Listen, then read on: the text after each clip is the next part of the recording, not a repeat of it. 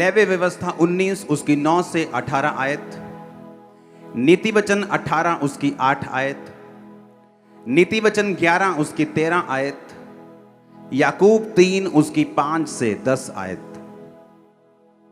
अगर आप Jesus Christ की लाइफ को देखेंगे तो आप ये नोटिस करेंगे कि प्रभु यीशु मसीह जब लोगों के साथ थे तो परमेश्वर ने एक लंबा समय लोगों को टीच करने में बिताया। अगर आप पहाड़ी उपदेश परमेश्वर का देखेंगे तो बाइबल कहती परमेश्वर ने कहा था ये लोग 3 दिन से मेरे साथ हैं, और 3 दिन में परमेश्वर ने एक हीलिंग सर्विस की और 3 दिन परमेश्वर उनको वचन सिखाता गया। जिस कलीसिया में वचन की सिखावट थोड़ी है और हीलिंग ज्यादा है, वो कलीसिया कंप्लीट कभी नहीं हो सकती और उसके लोग मजबूत कभी नहीं हो सकते, और उस कलीसिया के विश्वासी कभी मैच्योर नहीं हो सकते जो वचन को कम अहमियत देते हैं। वो भी कलीसिया कंप्लीट नहीं है जो हीलिंग बिल्कुल नहीं करती, क्योंकि परमेश्वर ने कहा है जाओ प्रचार करो और उसके बाद लोगों को चंगा भी करो। इसीलिए जब आप वचन को सुनते हैं तो मोस्टली परमेश्वर आपको उत्तर जो है, आपकी प्रॉब्लम्स के उत्तर, आपके फाइनेंशियल प्रॉब्लम के उत्तर, आपके शारीरिक प्रॉब्लम के जो उत्तर हैं, वो आपको हमेशा वचन के बीच में से होकर देता है। कितनों को मेरी बात समझ आ रही? तो लेवी व्यवस्था 19 उसकी 9 से 18, नीति वचन 18 उसकी 8 आयत, नीति वचन 11 उसकी 13 आयत, याकूब 3 उसकी 5 से 10 आयत। अपने हाथों को उठा के बोलो, जो कुछ आज मैं सुनूंगा मैं उसको मानूंगा और फलों को लेके आऊंगा प्रभु यीशु मसीह के सामर्थी नाम में। अब आपको यह बात समझ होनी चाहिए कि अगर परमेश्वर ने वचनों को सिखाने में इतना समय लगाया, लोगों के साथ परमेश्वर ने सिर्फ 34 दिन बिताए और चेलों के साथ 3.5 साल बिताए। अब चेलों को परमेश्वर ने रोज रोज चंगा थोड़ी किया। अगर किसी की बीमारी थी तो पहली मुलाकात में, दूसरी मुलाकात में वो ठीक हो गई होगी, पर 3.5 साल परमेश्वर ने उनको सिखाया, उनको वचन समझाया और उनको काबिल बनाया कि अगर तुम वचन को नहीं सीखोगे और समझोगे, तुम मसीहियत में कभी भी पक्के नहीं हो और तुम्हारी कभी भी शैतान कुर्सी को हिला सकता है। लेवी व्यवस्था 19 उसकी 9 से 18, ये तब की बात है जब इस्राएली लोग मिस्र में से निकाल दिए गए थे, रास्ते में थे और परमेश्वर मूसा से बात करता था और उन्हें व्यवस्थाएं दे रहा था, हुक्म दे रहा था मानने के लिए कि मेरे लोग ये करेंगे ये करेंगे। कोई हुक्म अब तक नहीं दिया गया था, इसलिए परमेश्वर ने व्यवस्था उनको दी, हुक्म दिए कि तुम परिवार में कैसे चलोगे, समाज में कैसे चलोगे, लोगों में कैसे चलोगे, फाइनेंस में कैसे चलोगे, चोरी हो जाए तो क्या करोगे, कोई मार दे तो क्या करोगे। तो सारे नियम कानून जो था परमेश्वर उसे बना रहा था। तो बाइबल एक चीज कहती है, बाइबल कहती है कि कुछ पाप ऐसे हैं जिनका फल मौत है, कुछ पाप ऐसे हैं जिनका फल मौत नहीं है। पाप तो पाप ही है और वो आपकी लाइफ को घटाता ही है, लेकिन वचन कहता है कुछ पाप ऐसे हैं जिनका फल मृत्यु है, कुछ पाप ऐसे भी हैं जिनका फल मौत नहीं है। वो आपको स्वर्ग जाने से नहीं रोकते, लेकिन इस धरती की जो ब्लेसिंग्स हैं, जो परफेक्शन है, जो परमेश्वर आपको लाइफ देना चाहता है, वो उससे रोकते हैं आपको। उसमें लिखा, जब तुम अपने देश के खेत काटो तब अपने खेत के कोने कोने तक पूरा ना काटना और काटे हुए खेत की गिरी हुई बालों को ना चुनना। परमेश्वर एक आम हुक्म दे रहा है। परमेश्वर कह रहा है कि जब तुम अपने देश के खेत काटने के लिए जाना ना, फसल काटना, तो नुकरे मत काट लेना, कुछ कुछ खेत छोड़ देना। किसके लिए? आगे लिखा हुआ है, अपने दाख की बारी का दाना दाना ना तोड़ लेना, अपनी दाख की बारी के झड़े हुए अंगूरों को ना बटोरना, उन्हें दीन और परदेसी लोगों के लिए छोड़ देना, मैं तुम्हारा परमेश्वर यहोवा हूं। परमेश्वर ने हुक्म दिया कि अगर तुम्हारे दाख की बारी, अंगूरों की बेलें हैं तुम्हारी, तो सारे अंगूर जब पक जाएं तो तोड़ मत लेना, कुछ कुछ दाने छोड़ देना गरीब लोगों के लिए, परदेसियों के लिए, कि जब वो आए कटनी के दिनों में तो अब थोड़े थोड़े दाख जो लगी है उसको तोड़ें और अपने घर चले जाएं। ये एक ऐसा हुक्म था, अगर कोई ना माने तो उसे मौत की सजा नहीं थी। परमेश्वर ने कहा था जो कोई माता और पिता को श्राप दे उसे मार देना, जो कोई जादू और टोना करने वाली के पास जाए उसे मार देना, जो कि ईश्वर निंदा करे उसे मार देना, जो कोई मूर्तियों को पूजे उसे, ऐसा लिखा था पुराने नियम में। पर ये ऐसे हुक्म है जहां परमेश्वर ने ये नहीं कहा कि अगर कोई खेत पूरी तरह से ना काटे तो उसे मार देना। ये ऐसे हुक्म थे जिन्हें तोड़ना पाप तो था ही, लेकिन ऐसा पाप नहीं था कि वो पाप मृत्यु का कारण बने। तो मैं आपको आज सिखाऊंगा कि जो पाप मैंने आपको सिखा रहा हूं, जैसे पौलुस ने कहा कि अगर तुम पर स्त्री गमन हो, अगर तुम व्यभिचारी हो, मूर्ति पूजक हो, तो तुम परमेश्वर के राज्य में प्रवेश कर ही नहीं सकते। ये है पाप जो मृत्यु पैदा करते हैं।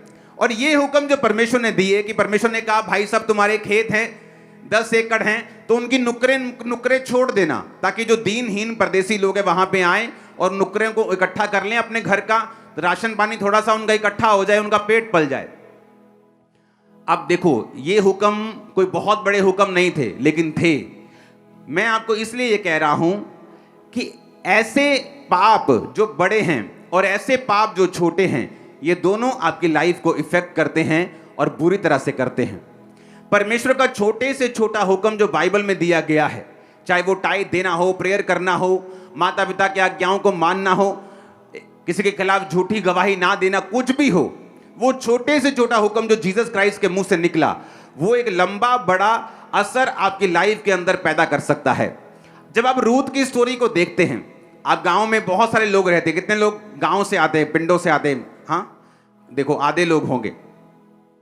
तो जब आप गांव में होते हैं तो आपको मालूम होता है कि आ वाला जमींदार जड़ा है ना, ये बड़ा कंजूस है।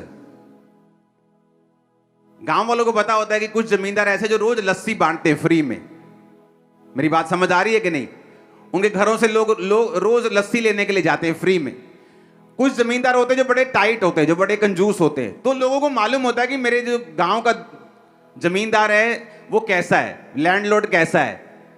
तो जब रूथ बोअज के खेत में वो चुगने के लिए गई, दाने चुगने के लिए गई, तो वो पता करके गई थी कि कौन सा खेत है जहां मैं जाऊं तो अपनी सास का पेट मेरा पल जाए।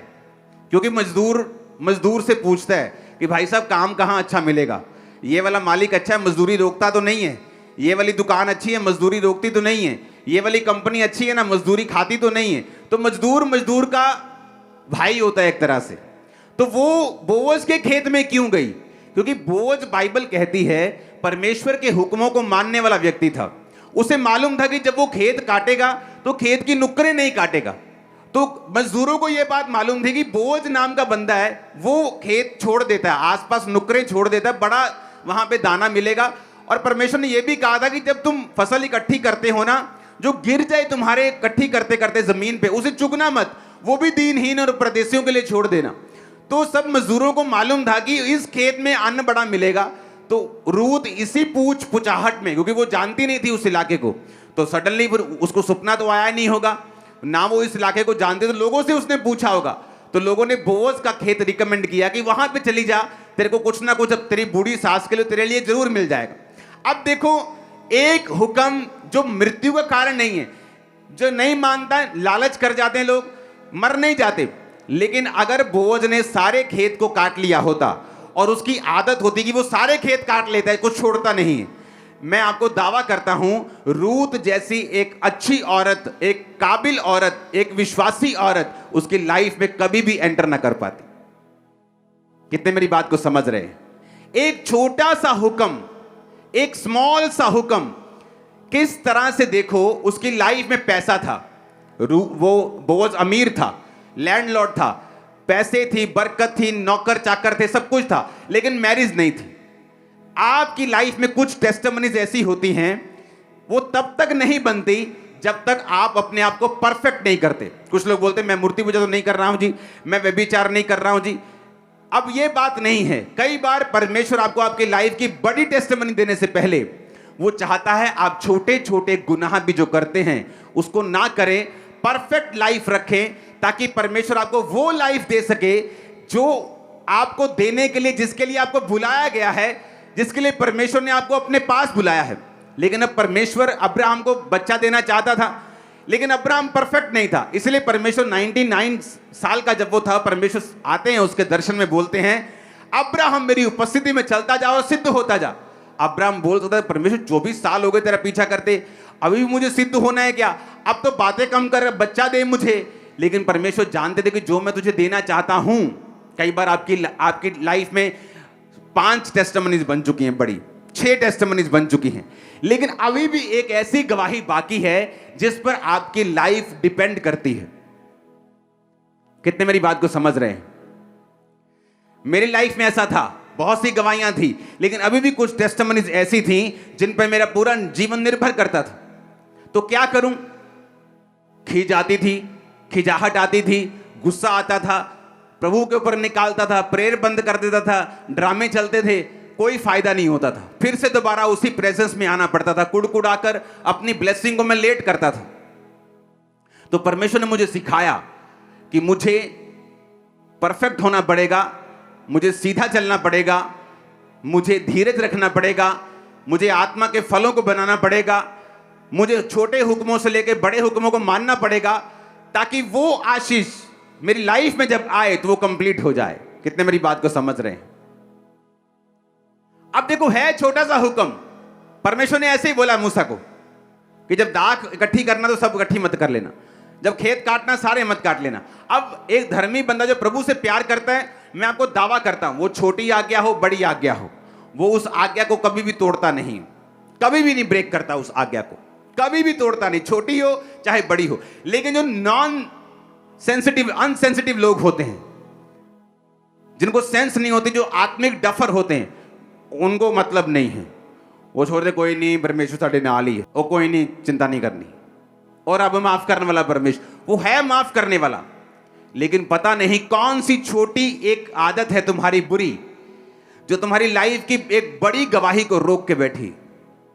वो आदत छोटी सी हो सकती, गाली निकालना हो सकती, चुगली करना हो सकती, छोटी आदत, लेकिन तुम्हारी बड़ी गवाही को रोक के बैठी। मैं आपको बता रहा हूं, परमेश्वर कई बार आपकी लाइफ की बड़ी गवाहियां छोटे हुक्मों के पूरा होने के साथ जोड़ के रखता है, ताकि आपको यह बात समझ जरूर आए कि जिस तरह बड़े हुक्मों को मानना जरूरी है, छोटे हुक्मों को मानना भी उतना ही जरूरी है, क्योंकि आपकी कई लाइफ की बड़ी गवाहियां उन हुक्मों के साथ जुड़ी हुई होती हैं। कितने इन बातों को समझ रहे हैं? बोझ छोटे हुक्मों को मानता था, उसी वजह से उसे थोड़ी मालूम था, वो तो मानता था। जो टाइट देने वाले लोग हैं वो लालची थोड़ी हैं कि मुझे परमेश्वर 100 गुना देगा। ये कोई बिजनेस कर रहे हो क्या तुम? ये कोई परमेश्वर के साथ तुम्हारा बिजनेस चल रहा है कि तुम 100 दोगे तो वो तुम्हें 100 गुना करके 10,000 वापिस करेगा?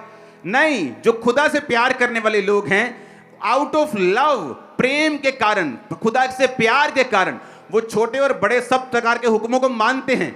और परमेश्वर का वचन पूरा होता है, तूने जो मुझसे प्यार किया है इसलिए मैं तुझको छुड़ाऊंगा। वो आपको छुड़ाने जा रहा है चर्च, आपके परिवार को बड़ी रीति के साथ छुड़ाने जा रहा है। आमीन ऊंचा चाहिए। अब देखो आगे क्या लिखा 11 आयत में, तुम चोरी ना करना, एक दूसरे से कपट ना करना और झूठ ना बोलना। आज्ञाएं हैं, लोग तोड़ते हैं, छोटी छोटी बात पे झूठ बोलते हैं। हाँ किथे आ गए तू? मैं आ गया जी, बस नकोदर जंग पहुंच गया, अभी घर से निकले। ये भी झूठ है। आपको लगता है ये छोटा झूठ है, लेकिन कई बार ये चीजें आपकी बड़ी बरकत को रोक के रखती हैं और आपको मालूम भी नहीं होता। और छुट्टी कर ली तू, मैं बीमार सी जी, मैं ठीक नहीं सी। सीधा बोलो भुआ के लड़के की शादी थी, सीधा बोलो घूमने जाना था, सीधा करो दिल नहीं कर रहा था जी, मैं थोड़ा सा रेस्ट कर रहा था। जब तक तुम सीधा स्पष्ट नहीं बोलोगे, परमेश्वर तुम्हें बरकत नहीं देगा। अब्राहम की लाइफ में कोई बहुत बड़ा गुनाह नहीं था जब परमेश्वर ने कहा अब्राहम मेरी उपस्थिति में चलता जा और सिद्ध होता जा। अब्राहम कोई दूसरे परमेश्वर को मानने वाला बंदा नहीं था, कोई व्यभिचारी नहीं था, लेकिन उसकी लाइफ में छोटी छोटी कुछ चीजें होंगी जो उसकी बरकत को रोक रही होंगी। परमेश्वर ने कहा तो अब्राहम सिद्ध होता जा। अगर मैं आपको बोलूं कि भाई अपनी कमियों को छोड़ दे, तो आप नहीं बोलेंगे, अगर आप वचन को समझते हैं कि कौन सी कमी। अगर आप जीसस क्राइस्ट को 20 साल से जानते हैं, अगर मैं आपको बोलूं आपकी अपनी कमियों को छोड़ दे, आप बोलेंगे ठीक है जी मैं पूरी कोशिश करता हूं, क्योंकि आपको मालूम है आपकी कमी कौन सी है। अगली आयत, तुम मेरे नाम की झूठी कसम खाकर परमेश्वर का नाम अपवित्र ना करना। बात बात पे कसम खाना, मैंने प्रभु दी सौं लगे, नहीं नहीं बाइबल ते हाथ रख दिया, मैं बाइबल ते हाथ रख दी। बार बार परमेश्वर की कसम खाना उसको अपवित्र करने के बराबर है। जिसको आपका यकीन नहीं है कि आपने बोला कि ओके लीव इट, कसम खाना सही नहीं, एक दूसरे पे अंधेर ना करना, ना एक दूसरे को लूटना। मजदूर की मजदूरी तेरे पास रात सवेरे तक ना रहने पाए, किसी की मजदूरी को मत रखना। बहरे को श्राप ना देना, अंधे के आगे ठोकर ना रखना, अपने परमेश्वर का भय मानना, मैं यहोवा हूं। न्याय में कुटिलता ना करना, कंगाल का ना तो पक्ष करना, ना बड़े मनुष्य का मुंह देखकर विचार करना, एक दूसरे का न्याय धर्म से करना। लुतरा बन के अपने लोगों में ना फिरना, एक दूसरे का लहू बहाने की युक्तियां ना बांधना। हालेलुया। लुतरा, बोलो लुतरा बन के। आपको मालूम है इसका मतलब क्या है लुतरा बन के? क्यों परमेश्वर ने कहा लुतरा बन के एक अपने लोगों में ना फिरना? नीति वचन 11 उसकी 13 आयत भी यही कहती है, जो लतुराई करता फिरता वो भेद प्रकट करता है, परंतु विश्वास योग्य मनुष्य बात को छिपा रखता है। नीति वचन 18 उसकी 8 आयत भी यही कहती है, कानाफूसी करने वाले के वचन स्वादिष्ट भोजन के समान लगते हैं, वे पेट में पच जाते हैं। अगर हम इसको इब्रानी भाषा में देखें तो लतुरा का मतलब है राकील, इब्रानी भाषा का 7400वां शब्द, जिसका मतलब है स्कैंडल मॉन्गर। अगर हम इसे पढ़ेंगे बड़े ध्यान से, जो आज मैं आपको टीचिंग दे रहा हूं, ये हाई लेवल की बाइबल टीचिंग है जो आपको देना बहुत जरूरी है। जैसे आप यूनिवर्सिटीज में पाते हैं जो बाइबल टीचिंग स्पेशल टीचिंग होती है, वो मैं आपको आज दे रहा हूं। उस फोटो को देखेंगे, scandal, definition of scandal mongering, spreading malicious gossip, type of gossiping. कहता कानाफूसी करने वाले, गॉसिप करने वाले, गली के बाहर बैठकर, हो भैन जी तानू पता लगा उदी कुड़ी फलाने मुंडे ने फसी हुई, भैन जी पता लगा तानू आप मुंडा नशे करदा। अगर तुम विश्वासी हो तुम गॉसिप नहीं करोगे, अगर तुम्हें कुछ पता चल जाए तुम उसके लिए प्रेयर करोगे। सुनो, आज बड़े ध्यान से वचन को समझना, क्योंकि ये छोटी आज्ञाएं ऐसी हैं, अगर आप इन्हें नहीं मानेंगे हो सकता है आपकी बड़ी गवाही रुक जाए और कोई कुछ नहीं कर सकता। इसमें लिखा ए मैलिशियस गॉसिप। मैलिशियस गॉसिप का, मैलिशियस नाम का जो मैलिशियस वर्ड का मतलब हम समझेंगे, इसका मतलब है दुर्भावनाशील, कि किसी व्यक्ति की गॉसिप करना दुर्भावना के साथ। जब तुम्हारा बेटा नशा करता है, क्या तुम उसकी गॉसिप करती हो अपने मोहल्ले में कि बहन जी आओ तानू गल दसा मेरा मुंडा नशा करके आया राती? आप बताते हो? बोलो, बताते हो कि नहीं? नहीं बताते। क्यों? क्योंकि वो आपका बेटा है। आपकी बेटी जब कोई गलत काम करती है, आप उसकी पूरे मोहल्ले में खबर फैलाते हो और फेसबुक पे डाल देते हो। ऐसा करते हो ना? नहीं करते, लेकिन तुम दूसरों के लिए करते हो, क्योंकि दूसरों के लिए तुम्हारे अंदर दुर्भावना है।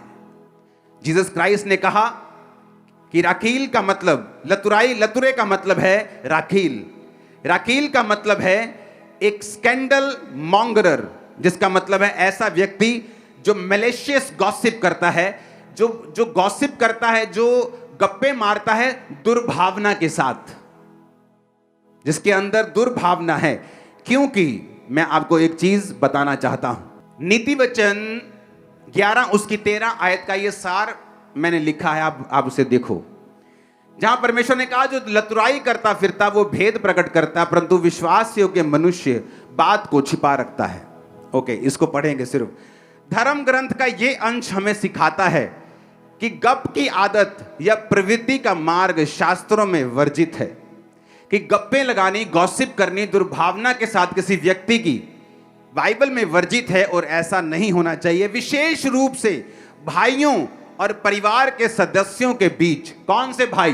क्रिश्चियंस की बात कर रहा है परमेश्वर, ब्रेदरन की बात कर रहा है, भाइयों की बात कर रहा है, विश्वासियों की बात कर रहे हैं। हाँ, और परिवार के सदस्यों के बीच इसे प्रोत्साहित नहीं किया जाना चाहिए, ना शामिल किया जाना चाहिए। कहानी केवल झूठ या अर्ध सत्य तक ही सीमित नहीं है, इसमें वे चीजें भी शामिल हैं जो वास्तव में सच हैं, जो किसी व्यक्ति के बारे में अपमानजनक भी हैं। आज के परिच्छेद में प्रभु किसी व्यक्ति की असफलताओं के बारे में बुरी खबर लाने या दूसरों की गलतियों और पापों के बारे में गपशप करने की आदत पर रोक लगाते हैं। जैसे जैसे एक ईसाई आत्मा में परिपक्व होता है, लिखा जैसे जैसे एक ईसाई, एक मसीही आत्मा में परिपक्व होता है, वो दूसरे व्यक्ति की अचीवमेंट्स को और अच्छी चीजों को सुनना चाहता है। सिलेंडर करना, गॉसिप करना, बदनामी करना, गपशप करना, चरित्र हनन करना, ये शैतानी विशेषताओं की अभिव्यक्तियां या प्रमाण हैं। एक ऐसा व्यक्ति जो चर्च में है और उसका काम सिर्फ एक दूसरे की कमियों को एक दूसरे पे जाहिर करना है, वचन कहता है कि ये शैतानी विशेषताओं का प्रमाण है। ये उस व्यक्ति की लाइफ में डेविल की उपस्थिति का एक प्रमाण है, एक प्रूफ है कि इस व्यक्ति में परमेश्वर का आत्मा नहीं, शैतान का आत्मा है। कितने मेरी बात को समझ रहे हैं? परमेश्वर ने कहा जब एक व्यक्ति आत्मा में परिपक्व होता है तो वो ये नहीं चाहता, वो सुनना नहीं चाहता कि कौन व्यक्ति कौन सी गप्पे लगाने की कोशिश कर रहा है या उस व्यक्ति की लाइफ में क्या हो रहा है। अगर उसे कोई बुरी न्यूज मिलती है, क्योंकि आप सब लोग जब मसीह में आते हैं, आप जीसस क्राइस्ट नहीं हैं, आप गलती करेंगे, लेकिन अब मैं आपकी गलती को इंटरनेट पे डाल दूं या मैं आपको समझाऊं और आपके लिए प्रेयर करूं, या मैं आपकी गलती को फिर अपनी टीम को इकट्ठा करके चुगलियां करूं आप लोगों की कि आप ऐसे हैं, उस व्यक्ति ने ऐसा किया, वो ऐसा।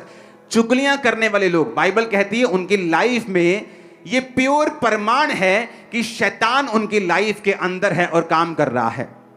एक क्रिश्चियन परिपक्व व्यक्ति ये गॉसिप में कोई भी इंटरेस्ट नहीं रखता, बल्कि वो उन कमियों को जो उसने सुनी है उनके लिए प्रेयर करने में इंटरेस्ट रखता है। नीति वचन 11:13, जो लतुराई करता फिरता वो भेद प्रकट करता है। बाइबल कहती है वो भेद सत्य भी हो सकता है, पर वो दुर्भावना से शेयर किया गया है। एक शेयर है जो मैं आपके साथ कर रहा हूं कि यार उस बंदे के लिए प्रेयर करना, अच्छा सीरियस प्रेयर करना। मैं अपनी टीम को बोल सकता हूं वो थोड़ा गिर गया है, वो शराब में चला गया है, चलो जाओ उसके लिए प्रेयर करो। एक ये है, एक है चल भैन जी तेनू लगा पता वो फिर तो दारू पीने लग गया। एक ये है, एक है दुर्भावना के साथ किसी व्यक्ति को डाउन करने के लिए उसकी बातों को शेयर करना विश्वासियों के साथ, लोगों के साथ, और ये बाइबल कहती है शैतानी प्रमाण है तुम्हारी लाइफ में। एक है प्रेयर करने के लिए, अगर मुझे किसी की कमी नजर आती है तो मैं उस विषय के लिए प्रेयर करूंगा। कितने मेरी बातों को समझ रहे हैं? कहता परंतु विश्वास योग्य मनुष्य बात को छिपा रखता है। जो विश्वास योग्य बंदा है, बंदी है, वो बात को छिपाने का मतलब उसके लिए प्रेयर करना, उसको लतुराई करते फिरना चर्च में नहीं, एक दूसरे की बदनामी करते फिरना नहीं। इसीलिए वचन कहता है याकूब 3 उसकी 5 से 10 में, जीभ भी छोटा सा अंग है, बड़ी बड़ी डींगे मारती है, थोड़ी सी आग से देखो कितने बड़े जंगल में आग लग जाती है। जीभ भी एक आग है, हमारे अंगों में अधर्म का एक लोक है, सारी देह पर कलंक लगाती है, जीवन गति में आग लगा देती है, नरक कुंड सी आग से जलती रहती है। हर प्रकार के वन, पशु, पक्षी, रेंगने वाले जंतु, जलचर मनुष्य जाति के वश में हो सकते हैं, पर जीव को मनुष्यों में से कोई वश में नहीं कर सकता। वे एक ऐसी बला है जो रुकती नहीं, प्राण नाशक विष से भरी हुई है। इसी से प्रभु और पिता की स्तुति करते हैं, इसी से मनुष्य को जो परमेश्वर के स्वरूप में उत्पन्न हुए हैं श्राप देते हैं। हे मेरे भाइयों, एक ही मुंह से धन्यवाद और श्राप दोनों निकलते हैं, ऐसा नहीं होना चाहिए। उसने कहा जीव तुम्हारे जीवन में अधर्म का लोक है, नरक कुंड की आग से जलती रहती है। जो व्यक्ति इसको काम में लाना नहीं जानता वो इसका फल पाएगा। कितने इन बातों को समझ रहे हैं? अब आपको यह बात समझ आनी चाहिए कि ये बातें ऐसी नहीं हैं कि आपको नरक में ले जाएंगी, पर मैं आपको दावा करता हूं ये बातें ऐसी हैं जो इस दुनिया में आपके लिए प्रभु ने रखा हुआ है, कभी आप तक नहीं पहुंचेगा। मैं आपको बता रहा हूं, आने वाले 10 साल में लोग यहां खड़े होंगे टेस्टिमनी देने के लिए कि मैं ऐसी थी और मेरी लाइफ में देखो परमेश्वर ने क्या किया। आप देखना, लोग गवाही देंगे कि मेरी लाइफ में मैंने कुछ हासिल नहीं किया, मैं कहीं नहीं पहुंची, मैं जीरो से भी नीचे चली गई हूं, क्योंकि मेरे जीवन में ये आदत थी। आप देखना, मैं आपको प्रोफेटिक वर्ड दे रहा हूं, ये गिरेगा नहीं, मैं आपको बता रहा हूं। वचन जब हमें नहीं मालूम होता, आपने मुझे कभी भी किसी पास्टर की चुगली करते नहीं देखा होगा। पास्टर मीटिंग्स में मैं बहुत कम निकलता था, ताकि मैं किसी की चुगली ना करूं, ना सुनूं, ना फालतू बात करूं, ना सुनूं, ना देखूं, अपना काम करूं, अपनी प्रेयर करूं, अपने लोगों के लिए प्रेयर करूं, अपने लोगों को बचाऊं, अपनी कॉलिंग को पूरा करूं, जो काम खुदा ने दिया उसे करूं। एक ही मुंह से लेकिन हम परमेश्वर को धन्यवाद करते हैं, वर्शिप करते हैं, गीत गाते हैं, हालेलुया, आमीन। जैसे जब चर्च कंप्लीट हो जाती है, आमीन हो जाता है, भैन जी तन लगा बता, नाली शुरू। तो परमेश्वर ने कहा ये दो मुंहा सांप की तरह क्या कर रहे हो? एक मुंह से धन्यवाद करते हो, दूसरे मुंह से उसी भाई की, उसी बहन की जो प्रभु के स्वरूप में है, उसकी निंदा करते हो। उसने कहा लतुरा बन के अपने लोगों में ना फिरना, एक दूसरे का लहू बहाने की युक्ति ना बांधना, मैं यहोवा हूं। 16 आयत। 17 आयत, अपने मन में एक दूसरे के प्रति बैर न करना, अपने पड़ोसी को अवश्य डांटना, नहीं तो उसका भार तुझ पर बना रहेगा। बहुत कम लोग हैं जो डांटने की ताकत रखते हैं, लेकिन बाइबल में लिखा है, फिर से पढ़ेंगे, लतुराई का मतलब इब्रानी भाषा में 7400 शब्द। राकील का मतलब है स्कैंडल मॉन्गर, और उसके बाद स्लेंडर, कैरीटेल्स और टेल बीरर। टेल बीरर को जब हम पढ़ते हैं, गूगल पे पढ़ेंगे टेल बीरर के शब्द को, उसमें लिखा टेल बीरर वो आदमी है जो सीक्रेट्स जाहिर करता है दूसरे लोगों के ऊपर, आपके सीक्रेट्स। ये एक ऐसा व्यक्ति है चर्च में, बाइबल कहती है ये इनडायरेक्टली शैतान का दूत है और शैतान उसे इस्तेमाल कर रहा है। कुछ लोगों की आदत होती है, मैं आपको बता रहा हूं, बहुत से पास्टर्स ऐसे लोगों के साथ ग्रसित हैं, बहुत सी सेवकाइयां ऐसे लोगों के साथ ग्रसित हैं। आपके साथ कुछ लोग होते हैं ऐसे जो खुद कहीं नहीं जाते, पर आपके साथ के लोगों को हमेशा डिस्करेज करते हैं। खुद कहीं नहीं जाना उन्होंने, लेकिन साथ वाले लोगों को कभी मालूम नहीं होता कि ये लोग क्या कर रहे हैं। और जब आप आत्मा में बढ़ते हैं और ऐसे लोगों को आप निकालते हैं, लोगों को समझ आती है अच्छा ये व्यक्ति शैतान का दूत था, ये शैतान की विशेषताओं का एक प्रमाण था इसके अंदर, और जब ये गया सब कुछ सेट हो गया। और जिन व्यक्तियों को ऐसे लोग डिस्करेज करते हैं, उन व्यक्तियों का हाल देखो जाके क्या होता है। जब वो निकल जाते हैं बुरे हाल होते हैं, बुरे हाल बताने योग्य नहीं। डेथ्स होती हैं घरों में, ऐसी चीजें होती जो बताने वाली भी नहीं, और उन्हें मालूम नहीं कि एक छोटा सा गुनाह जो तुम्हारे शरीर में, तुम्हारी लाइफ में है, किसी की लाइफ को कितना बड़ा इफेक्ट कर सकता है, क्योंकि जो परमेश्वर का जन है वो कभी इफेक्ट नहीं होता। एक बाप 100 बच्चे चाहे तो जन्मा सकता है, 100 बच्चे मिलके बाप पैदा नहीं कर सकते। हालेलुया। चाहे वो 100 के 100 डॉक्टर और इंजीनियर और बड़े बड़े बिजनेसमैन क्यों ना। पलटा ना लेना, अपनी बदला लाने ना, खुदा ने कहा 18 आयत। अपने जाति भाइयों से बैर मत करना, एक दूसरे से अपने समान प्यार करना, मैं यहोवा। परमेश्वर ने कहा एक मॉन्गर मत बनो, टेल बीरर मत बनो, लतुराई करते मत फिरो चर्च में, गॉसिप मत करो, एक दूसरे पे अंधेर मत करो, नीति वचन 18 उसकी 8 में लिखा, कानाफूसी करने वाले के वचन स्वादिष्ट भोजन के समान लगते हैं, वो पेट में पच जाते हैं। कानाफूसी करने वाले के लिखा जो वचन होते हैं ना, बड़े टेस्टी लगते हैं, सुनने में मजा बड़ा आता है, लेकिन बाद में उसका असर जो है वो बुरा है। सुनाने वाला भी श्रापित है और सुनने वाला भी इफेक्टेड है। और जब ऐसी कमियां हमारी लाइफ में होती हैं तो जो परमेश्वर कई बार जो करना चाहता है, ऐसा नहीं कि हम स्वर्ग नहीं जाएंगे, स्वर्ग चले जाएंगे, ये मैं गारंटी देता हूं, पर जो प्रभु करना चाहता है वो नहीं होगा, ये भी गारंटी देता हूं। वो परफेक्ट लाइफ जो खुदा देना चाहता है नहीं होगी। तुम जहां मर्जी चले जाओ, जो परमेश्वर का प्लान है वो ही है, एक ही है, वो अलग अलग नहीं है। अगर वहां फेल तो सब जगह फेल, मैं आपको बता रहा हूं। कितने मेरी बात को समझ रहे हैं? अगर ये वचन आपने नहीं समझे तो सब कुछ व्यर्थ है। आप आमीन आमीन बोल के थक जाएंगे, आप बोलेंगे मेरी लाइफ में एक काम क्यों नहीं हो रहा, क्योंकि ये ऐसी चीजें हैं जो आपकी लाइफ को परफेक्ट होने से रोकती हैं। और कुछ ब्लेसिंग्स ऐसी हैं, जब तक आप उन चीजों को हासिल नहीं करते, आत्मा में परफेक्ट नहीं होते, आपकी लाइफ में कभी एंटर नहीं करते। एक असली मसीही व्यक्ति गॉसिप सुनने से उत्तम यह समझता है कि जिस व्यक्ति की लाइफ में उसको कमी नजर आती है, उस व्यक्ति के लिए वो प्रेयर करेगा। हालेलुया, ऊंची आवाज में बोलो हालेलुया, ऊंची आवाज में हालेलुया। जब हम बढ़ते हैं तो बाइबल कहती तुम दाग की तरह हो, तुम टहनियां हो। एक दाग जब बढ़ती है ना, जब एक बूटा बढ़ता है, कोई भी हो, जब वो ज्यादा बढ़ जाता है तो आउट ऑफ शेप हो जाता है, पता है कि नहीं? जब वो आउट ऑफ शेप हो जाता है तो फिर माली उसे थोड़ा थोड़ा काटता है। वो काट के छोटा तो नहीं हो जाता पहले जितना, थोड़ा सा छोटा हो जाता है, लेकिन पूरी तरह से शेप में आ जाता है। फिर वो और बढ़ता है, फिर माली उसको फिर काटता है और शेप में लेके आता है। बाइबल क्या कहती है? उसने कहा अपने पड़ोसी को अवश्य डांटना।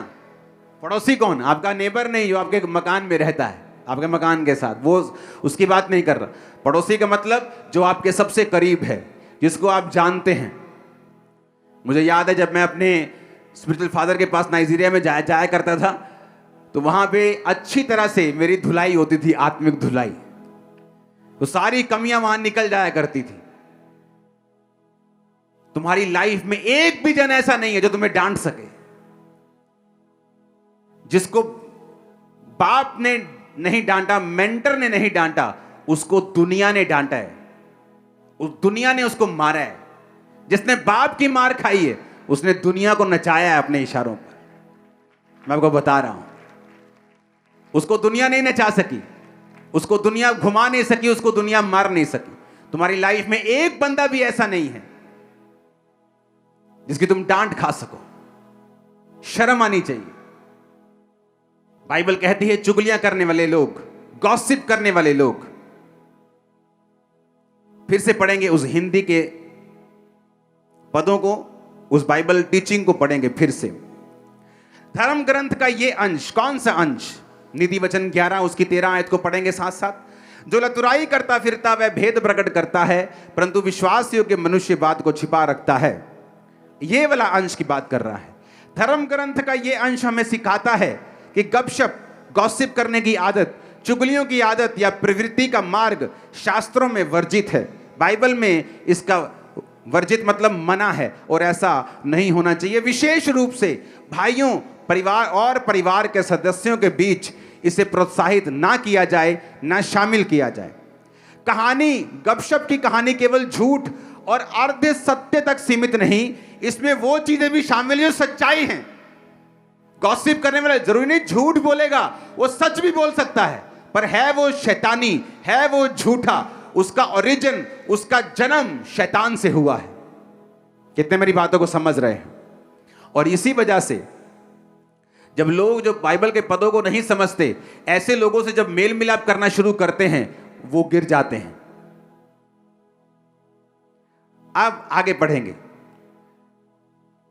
आज के परिच्छेद में प्रभु किसी व्यक्ति की असफलताओं के बारे में बुरी खबर लाने या दूसरों की गलतियों और पापों के बारे में गपशप करने की आदत पर रोक लगाते हैं। किस चीज के बारे में? किसी की असफलता, कोई फेल हो गया, कहता उसकी बुरी खबर, तुम गॉस्पल प्रीचर हो। गॉस्पल का मतलब क्या होता है? Good news. तुम जीसस क्राइस्ट के प्रीचर हो, पर तुम शैतान के बन गए। क्यों? तुम बुरी खबर लाने वाले हो, दूसरों की बुरी खबर, असफलताएं, किसी की लाइफ में क्या हो रहा है, कोई मर गया, कोई लुट गया, उसके बारे में तुम ज्यादा अपनी बातों को फैलाते हो और गुड न्यूज कम फैलाते हो। उसने क्या कहा कि प्रभु किसी की असफलताओं के बारे में बुरी खबर लाने या दूसरे की गलतियों और पापों के बारे में गपशप करने की आदत पर रोक लगाते हैं। कि प्रभु ने रोक लगाई है। अगर हम इन बातों को नहीं समझेंगे, इन बातों को नहीं जानेंगे, हमारा फिर कुछ नहीं हो सकता। हम क्रिश्चियन भी रहेंगे, बरकतें भी कुछ कुछ मिलती रहेंगी, हीलिंग भी कई बार मिलती रहेगी, स्वर्ग भी मिस नहीं होगा, पर वो लाइफ मिस कर जाएंगे जो खुदा ने हमें देने के लिए बुलाया है, जो एक परफेक्ट लाइफ है, जिसमें ब्लेसिंग्स हैं, जिसमें ऊंचाई है, जिसमें परमेश्वर का मास्टर प्लान है, जिसके तहत परमेश्वर ने आपको बुलाया है। ऊंची आवाज में हालेलुया बोलो। फिर से पढ़ेंगे उस हिंदी के उस अंश को कि धर्म ग्रंथ का ये अंश हमें सिखाता है कि गपशप की आदत या प्रवृत्ति का मार्ग शास्त्रों में वर्जित है और ऐसा नहीं होना चाहिए, विशेष रूप से भाइयों और परिवार के सदस्यों के बीच।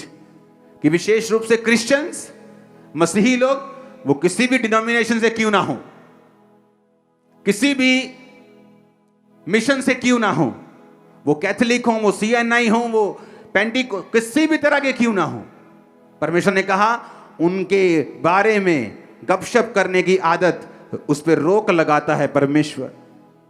जैसे जैसे एक ईसाई परिपक्व होता है, उसके दिल में मनुष्यों की गवाही सुनने की इच्छा ज्यादा होती है और उनकी असफलताओं के बारे में वो नहीं सुनना चाहता। अब आप देख लो, आप परिपक्व हो या आप अभी भी बच्चे हो, बदनामी करना, गपशप करना, कहानियां सुनाना, चरित्र हनन करना, ये शैतानी विशेषताओं की अभिव्यक्तियां और प्रमाण हैं। मेरा बिलीव है कि आप इन वचनों को समझ गए होंगे। आप जाने क्यों लोगों के घरों में बीमारियां रहती? यहां प्रभु बोझ ले लेना, प्रभु बोझ लेने के बाद अपनी चुगलियां शुरू। और बाइबल कहती है इसलिए तुम बीमार हो, तुम रोगी हो, तुम निर्बल हो, क्योंकि तुमने परमेश्वर की देह को बिना पहचान के लिया। कौन है खुदा की देह? तुम खुदा की देह हो, मैं खुदा की देह हूं, वॉलंटियर खुदा की देह है, तुम खुदा की देह हो। कोई नाक है, कोई कान है, मैं मुंह हूं, मैं बोल रहा हूं, कोई कान है, कोई टांग है, कोई सुसमाचार दे रहा। हर बंदा परमेश्वर की देह के अंदर है। अलग अलग काम हम कर रहे हैं, लेकिन उसकी देह के मेंबर हैं, उसी के देह के अंग हैं। जब एक अंग दुख मनाता है तो दूसरा अंग सुखी कैसे हो सकता है? और इसीलिए कलीसिया में बीमारियां हैं, कलीसिया में कमजोरियां हैं, क्योंकि कलीसिया इन वचनों पे नहीं चलती। उसे हीलिंग से अपनी मतलब है, हीलिंग ले ली सब ठीक है, हीलिंग ली, पैसा बोया सब ठीक है, ऐसा नहीं है। परमेश्वर से भी यहीं तक सीमित नहीं है, वो आगे बढ़ना चाहता है आपकी लाइफ। अपने काम से मतलब रखें, प्रेयर से मतलब रखें, फास्टिंग से मतलब रखें, अपनी लाइफ से मतलब रखें कि आपने प्रेयर की कि नहीं की। दूसरों से क्या लेना देना? कई बार गलती क्या करता है इंसान, जब एक विश्वासी को कोई पाप में देखता है, हो सकता है उसी रात उसने तौबा कर ली हो, लेकिन आप वो पाप अभी तक फैला रहे हैं और परमेश्वर के सामने वो धर्मी हो गया क्योंकि रात को उसने तौबा कर ली, लेकिन आप उसके पाप को अब तक डिस्कस कर रहे हैं। आप एक शैतानी व्यक्ति हैं और आपको सजा देगा परमेश्वर। आप मेरी बात को समझ रहे कि नहीं?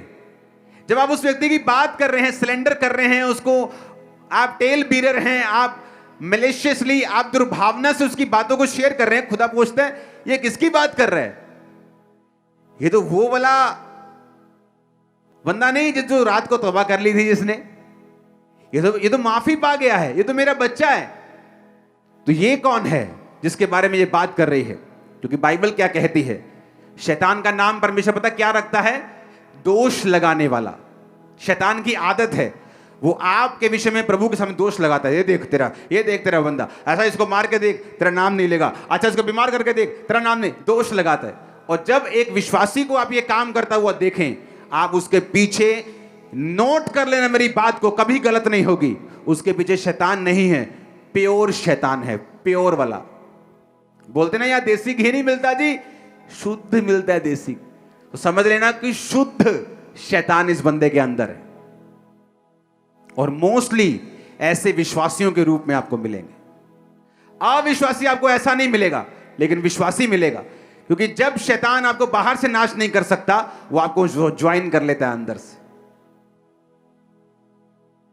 आपके कान खुल रहे हैं, मैं जानता हूं। आमीन। और जब आप इन बातों को समझ जाएंगे, आप कभी धोखा नहीं खाएंगे। आप अपने काम से मतलब रखेंगे। आप ये समझ जाएंगे कि जो चीज सही नहीं, मुझे उसके लिए प्रेयर करनी है। जो सही है उसके लिए थैंक्स करना है। हालेलुया। ऊंची आवाज में बोलो हालेलुया। घर में जब तुम्हारा बाप तुम्हें पीटता है, शराब पीता है, या कोई दिन तुम्हें उसने कहा नहीं ऐसा नहीं करेंगे, तो तुम इंटरनेट पे नहीं डालते हो। तुम पूरे मोहल्ले में जाके नहीं बोलते मेरा बाप बुरा व्यक्ति है, क्योंकि वो तुम्हारा परिवार का हिस्सा है। लेकिन जब कलीसिया में हम कहते हैं कि ये मेरा परिवार है, तब वो परिवार का वो वैल्यू कहाँ गई जो तुम्हारे घरों में है? तब वो कहाँ गई? क्योंकि तुम मुंह से बोलते हो, तुम्हारा दिल दूर है। तुम फेक आदमी हो, तुम एक फेक औरत हो, और प्रभु तुम्हें इसकी सजा देगा। और इसी कारण बहुत से विश्वासी आपको बीमार मिलेंगे। ना तो वो पाप कर रहे हैं, ना वे विचार कर रहे हैं। फिर ऐसा क्यों है?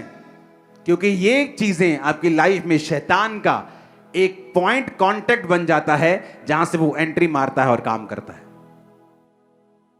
आज ऑपरेशन हो रहे हैं। हां, याकूब 3:6, जीभ भी एक आग है, हमारे अंगों में अधर्म। देखो क्या कहते हैं, अधर्म। धर्म का लोक नहीं, अधर्म, नरक कह रहे हैं उसको, जीभ को। कहता सारी देह पर कलंक लगाती है, शरीर पर कलंक लगा देती है, नरक कुंड की आग से जलती रहती है, जीवन गति में आग लगा देती है। मेरी बहनों बचो, क्योंकि इस बात में शैतान बहनों पे ज्यादा काम करता है। भाई भी बचें, क्योंकि वो किसी को स्त्री पुरुष को देखकर शैतान नहीं आता। लेकिन इस बात से बच के रहना है, ताकि जब प्रभु आपको कुछ ऐसा देने के लिए आए, ऐसी गवाही जिस पर आपकी लाइफ डिपेंड करती है, वो आपको काबिल समझे, नाकाबिल ना समझे। मेरा बिलीव है कि आज से ये कमी यहीं खत्म हो गई। इस चर्च की मिट्टी में उस कमी को आज दफन करके वापस जाना, और फ्री होके वापस जाना, हल्के होके वापस जाना। Hallelujah, hallelujah. हमारे YouTube चैनल को सब्सक्राइब करें, ताकि आप परमेश्वर के गहरे भेदों को जान सकें कि कैसे आप परमेश्वर में बढ़ सकते हैं, कैसे आप दुष्ट आत्माओं से, नशों से, बीमारियों से और वंशों के श्रापों से आजाद हो सकते हैं।